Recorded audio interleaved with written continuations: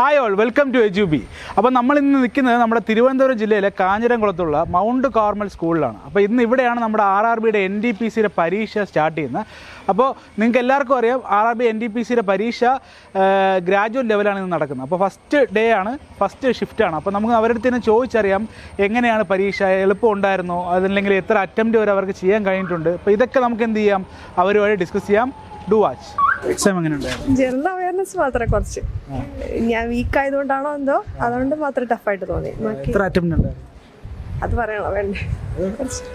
ഞാൻ 76-80. ഇപ്പം ഒരു ഒപ്പീനിയനിൽ എത്ര ഒരു ഗുഡ് സ്കോർ എന്ന് കാണാൻ പറ്റും നമുക്ക് ഈ ഒരു എക്സാം ലെവൽ വെച്ചിട്ട്?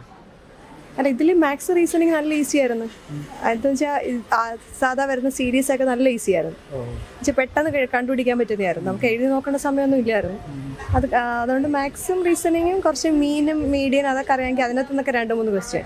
പിന്നെ അല്ലാതെ ഏരിയ, കോണിൻ്റെ സർഫസ് ഏരിയ ഒക്കെ സെയിം ക്വസ്റ്റ്യൻ 2 പ്രാവശ്യം ചോദിച്ചിട്ടുണ്ട്, നമ്പേഴ്സ് മാറ്റിയിട്ട്. അപ്പോൾ അങ്ങനെ റിപ്പീറ്റഡ് 2-3 ക്വസ്റ്റ്യൻ ചോദിച്ചിട്ടുണ്ടായിരുന്നു. സീരീസ് അതൊക്കെ ചോദിച്ചിട്ടുണ്ട്. പിന്നെ നമ്മുടെ GK പോർഷൻസ് എങ്ങനെ ഉണ്ടായിരുന്നു? GK പോർഷൻസ്, GK ജനറൽ അവസ്ഥയാണ് എനിക്ക് കുഴപ്പം. അതുകൊണ്ട് എനിക്ക് അതിനെക്കുറിച്ച് കൂടുതൽ എനിക്ക് പറയാൻ എനിക്കറിയില്ല. ഏതൊക്കെ ഏരിയാസ് ഒന്ന് കോൺസെൻട്രേറ്റ് ചെയ്യണം? ഇത് എംപയറിൻ്റെ ആദ്യം ചോദിച്ചിട്ടുണ്ടായിരുന്നു. പിന്നെ ഒരു ആർട്ടിക്കിൾ, ഒരു കോൺസ്റ്റിറ്റ്യൂഷൻ്റെ കണ്ട ഏതൊരു ആർട്ടിക്കിൾ ചോദിച്ചിട്ടുണ്ടായിരുന്നു. പിന്നെ വേറെ ഏതാണ്? കറണ്ട് അഫയേഴ്സ് ഓർമ്മ. അപ്പോൾ ഞാൻ കുട്ടികളോട് സംസാരിച്ചപ്പോഴേ ഇപ്പോൾ 2025 കാര്യങ്ങളാണ് കൂടുതൽ ചോദിച്ചേക്കുന്നത്. 2025 ചോദിച്ചേക്കുന്നത്. ബാക്കിലോട്ടൊന്നും പോയിട്ടില്ല. പിന്നെ 2024 എന്തോ ഒരു സ്ത്രീകൾക്കൊക്കെ എത്ര പെർസെൻറ്റേജ് കൊടുക്കുന്നു, അങ്ങനെ ഒരു ക്വസ്റ്റ്യൻ ഉണ്ടായിരുന്നു. അതെന്തോ കറക്റ്റ് ക്വസ്റ്റ്യൻ എന്ന് എനിക്ക് ഓർമ്മയില്ല, എത്ര പെർസെൻറ്റേജ് കൊടുക്കുന്നു.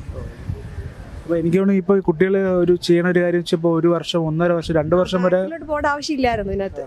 ഞാനും നേരത്തെ 2024 തൊട്ടേ നോക്കിയിട്ടൊക്കെ വന്നതാണ്. പക്ഷേ 25 അത്രയ്ക്ക് അങ്ങോട്ട് നോക്കിയില്ല. പക്ഷേ 25 കൂടുതൽ ചോദിച്ചിരിക്കുന്നത്. എല്ലാം കറക്റ്റ് ഇയർ ചോദിച്ചിട്ടുണ്ട്. 25 സംഭവിച്ചത്. ഒരു ഗുഡ് സ്കോർ എത്ര പറയാൻ പറ്റും? എന്തായാലും ഇത് ഈ GK ഒക്കെ അറിയാവുന്നവർക്ക് എന്തായാലും 85 എന്തായാലും പോകും. GK 85, 90 കിട്ടും. എന്ന് വെച്ചാൽ ഞാൻ പറഞ്ഞില്ല, മീനും മോഡൊക്കെ അറിയാവുന്നവർക്ക് തന്നെ. എനിക്ക് അതേ ഉള്ളായിരുന്നു, ഞാൻ മറന്നുപോയ കാര്യം. അതുകൂടെ അറ്റംപ്റ്റ് ഉണ്ടായിരുന്നെങ്കിൽ എന്തായാലും എൻ്റെ 80 ഞാൻ പോയായിരുന്നു. പക്ഷേ ഓക്കെ, താങ്ക് യു. പേരെന്താ? ദേവികൃഷ്ണ. പ്രിപ്പയർ ചെയ്തിട്ടാണോ? അതെ, എത്ര അറ്റംപ്റ്റ് ഉണ്ടായിരുന്നു? 79 സംതിങ്. എളുപ്പമായിരുന്നു? മാത്സ് ഒക്കെ എളുപ്പമായിരുന്നു, റീസണിങ്ങും എളുപ്പമായിരുന്നു. ഒരു പാറ്റേണിൽ ഒരു 3 ക്വസ്റ്റ്യൻ ഉണ്ടായിരുന്നു, അത് മാത്രം ചെയ്തില്ല. പിന്നെ കറണ്ട് അഫെയർ പാടായിരുന്നു. GK എങ്ങനെയാണ് പൊതുവെ ചോദിച്ചത്? ഏതൊക്കെ ഏരിയാസ്? പൊതുവെ കുഴപ്പമില്ലായിരുന്നു. സിക്കിസം റിലേറ്റ് ചെയ്ത് എന്തോ ചോദിച്ചു. സിറ്റിസൺഷിപ്പാണോ? അല്ല, സിക്കിസം. ആ, പിന്നെ ഓർക്കുന്നില്ല.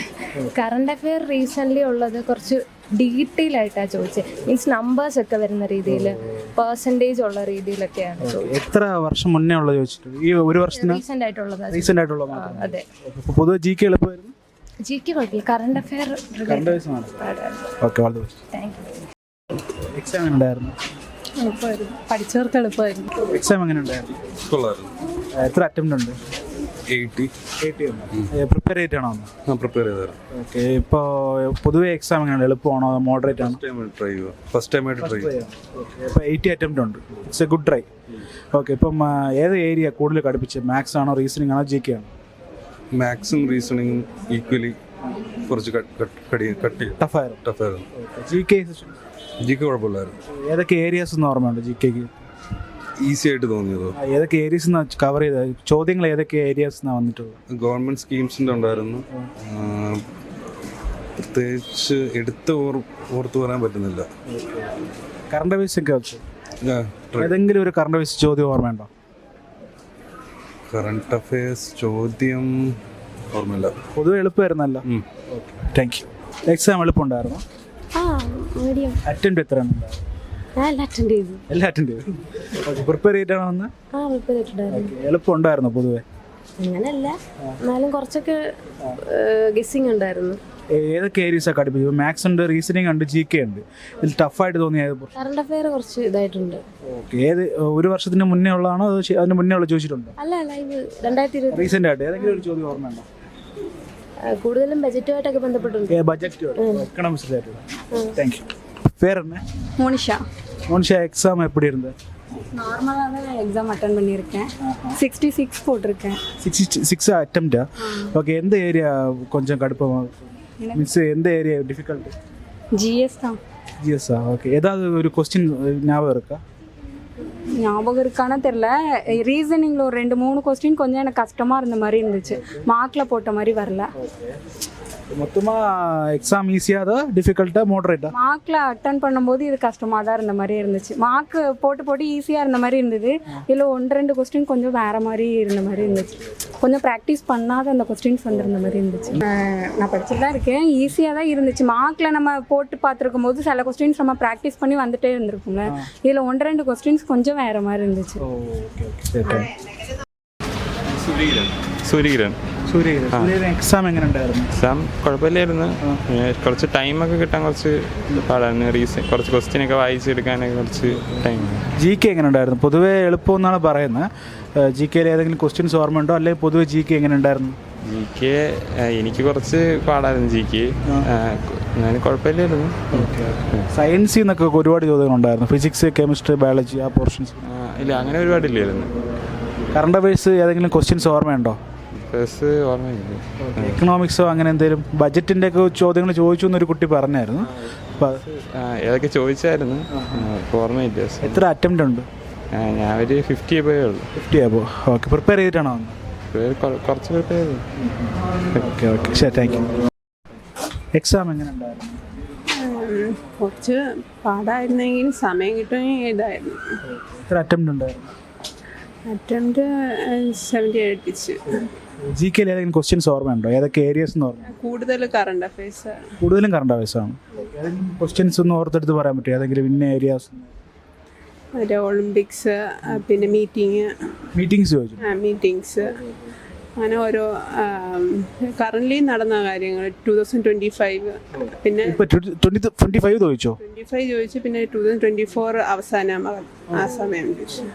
Thank you. എவ்வளோ അറ്റംപ്റ്റ്? 80 கொஸ்டின்ஸ் அட்டன் பண்ணியிருக்கேன். ஆமாம். പൊതുവേ ഇപ്പം ഞാൻ ചോദിച്ചതനുസരിച്ചിട്ട് ഈസിயாக தான் எல்லாரும் പറഞ്ഞത്. இப்போ கரண்ட் அஃபேர்ஸ் അല്ലെങ്കിൽ ஜிஎஸ் செஷன்ஸ் எப்படி இருந்து? அது வந்து இப்போ உள்ள அப்டேட்டட் தான் கேட்டிருந்தாங்க. மற்றபடி ரொம்ப கஷ்டமாக இல்லை. ரீசனிங் தான் கொஞ்சம் கஷ்டமாக இருந்தது. ரீசனிங்? ஆமாம், ரீசனிங் தான் டஃப்பாக இருந்தது. கோண்ட் எப்படி இருந்தது? அது ஓகே. ஆமாம். இப்போ ஏதாவது ஒரு கொஸ்டின் ஞாபகம் இருக்கா? இல்லை, மறந்து போச்சு. Okay, thank you. ஓகே. எவ்வளோ அட்டெம்ப்ட் இருந்தது?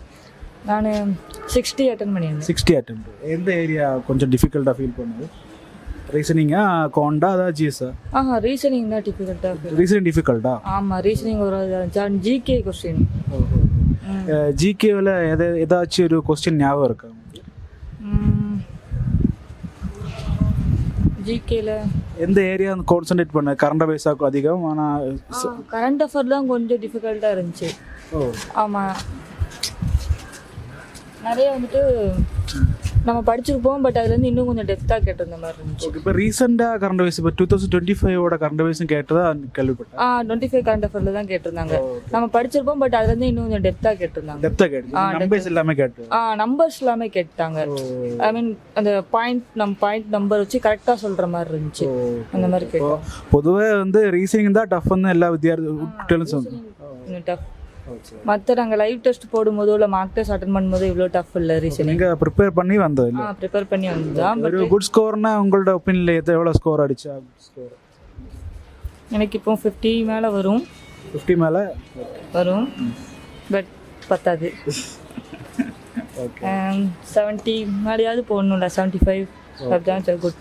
Okay, thank you.